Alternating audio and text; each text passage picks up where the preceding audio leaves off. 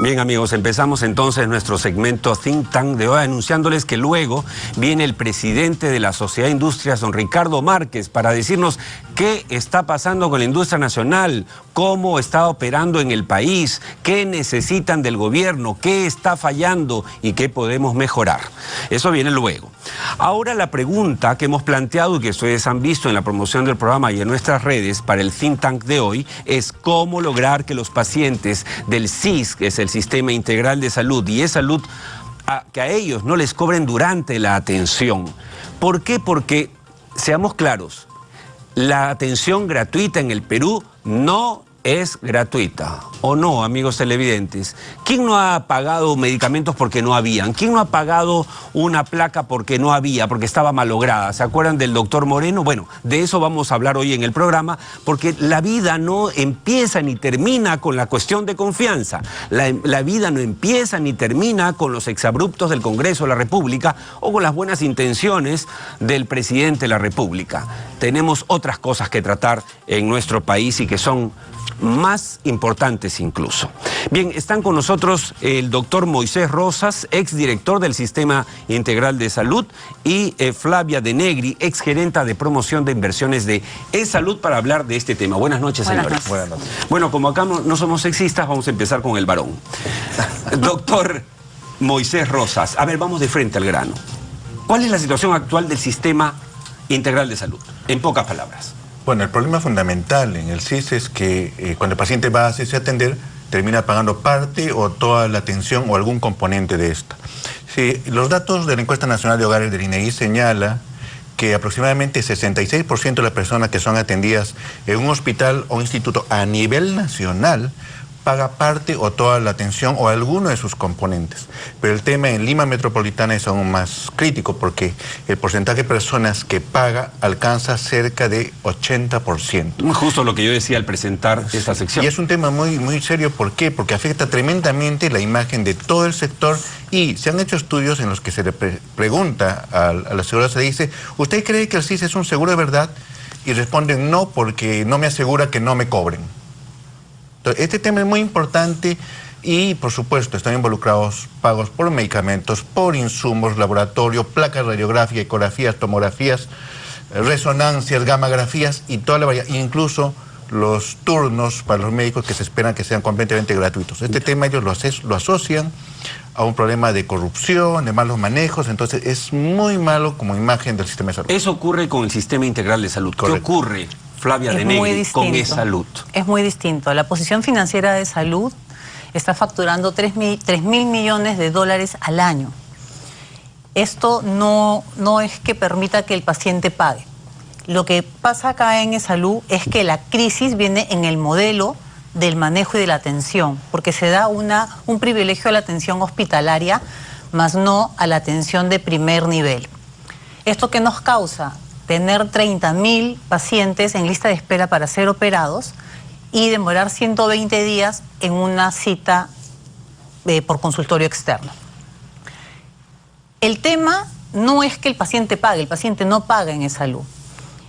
El tema es de que a veces la atención hospitalaria más la atención primaria hace un cruce de atención. Entonces quiere decir que un paciente va para una tomografía y está internado 21 días porque no hay cupo para la tomografía.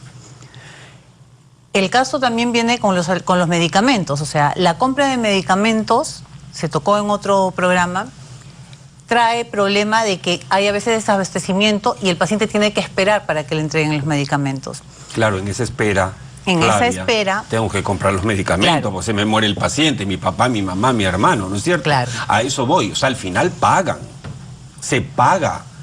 Todo el mundo que ha usado alguna vez el salud, a pesar de que obviamente es mucho mejor que el sistema integral que está hecho para todos, pagan, de eso estamos hablando. Pero permítame para seguir el hilo.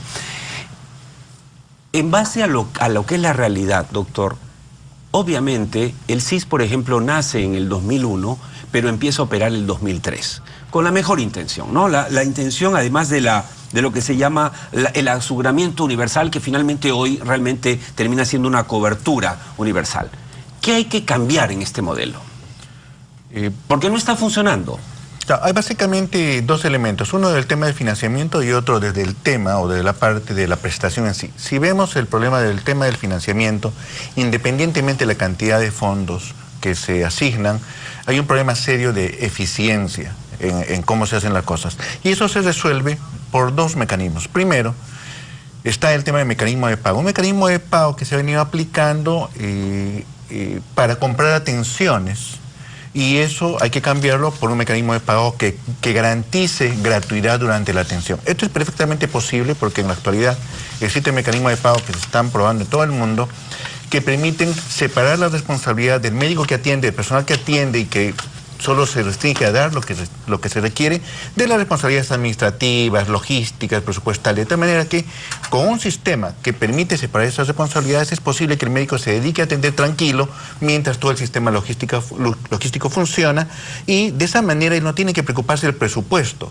Ya se esclarecen las responsabilidades y eso genera más eficiencia en los procesos. Y la segunda cosa que hay que cambiar es el modelo de auditoría del SIS. El modelo de auditoría del SIS, no hay a la fecha ningún estudio que haya probado que el modelo de auditoría del SIS haya cambiado o mejorado, haya cambiado la gobernanza corporativa y la gobernanza clínica en el MINSA, ni tampoco haya mejorado calidad. No hay un solo estudio.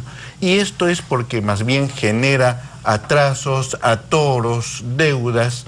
Los hospitales saben, ¿no? Les dan un conjunto de observaciones, ellos las levantan, invierten cantidades importantes de presupuesto levantando esas observaciones. ¿Para qué? Para que una vez presentadas vuelvan a ser rechazadas, por ejemplo. Flavia, es salud y usted ha conocido el monstruo por dentro.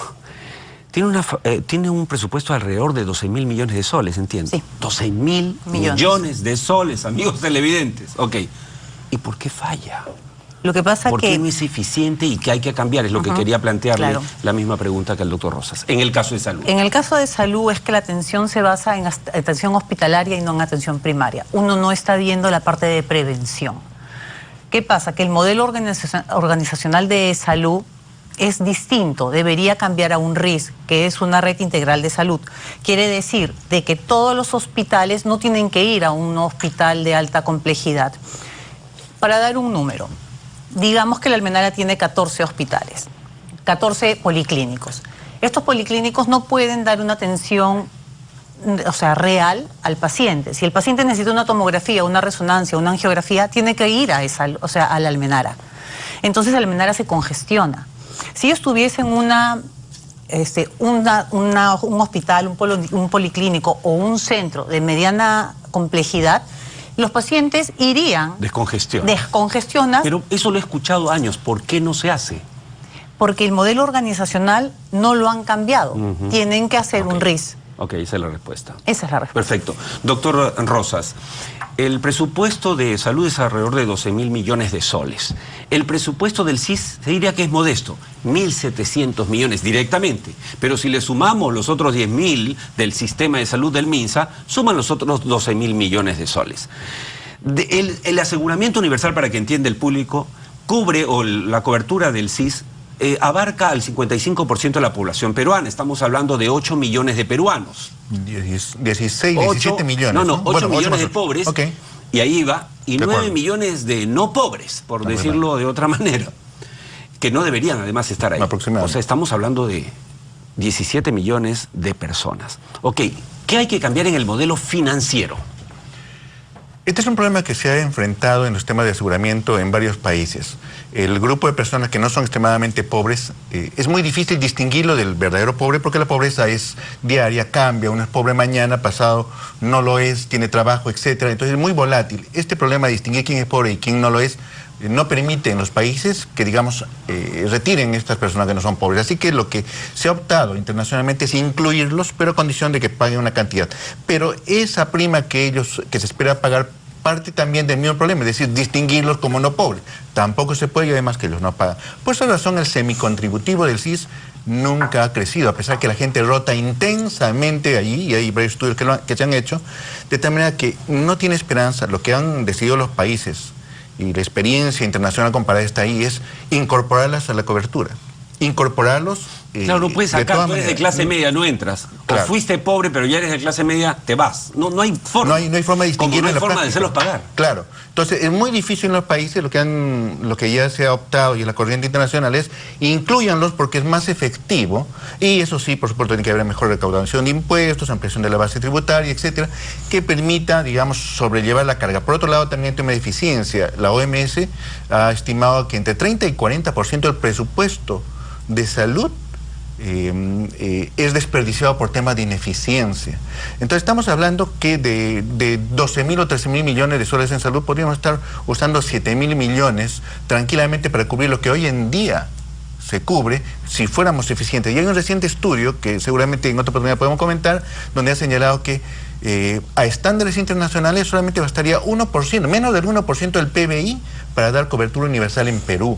Y se ha hecho el estudio comparado de los 188 países, de tal manera que es perfectamente posible, pero sin eficiencia no vamos a llegar. Bueno, obviamente es el mismo caso para salud. No. El tema de eficiencia, digamos, es algo que se tendría que incorporar, porque finalmente recibe más gente, como usted dice, Flavia, muy bien, más gente de la que debiera para la atención hospitalaria, pero al final termina entonces no alcanzando nunca y habiendo cuellos de botella que son los que explican que los televidentes que no están viendo saben perfectamente, yo no estoy inventando nada, que se quedan ahí meses esperando una atención y tienen que ir a una clínica. Lo que pasa es que los recursos en salud son históricos, o sea, la plata que se entrega al año es de acuerdo al histórico de los últimos años. Quiere decir que si yo en los últimos años comencé a operar 100, me van a dar sobre 100. Pero no se basa bajo la asignación de resultados.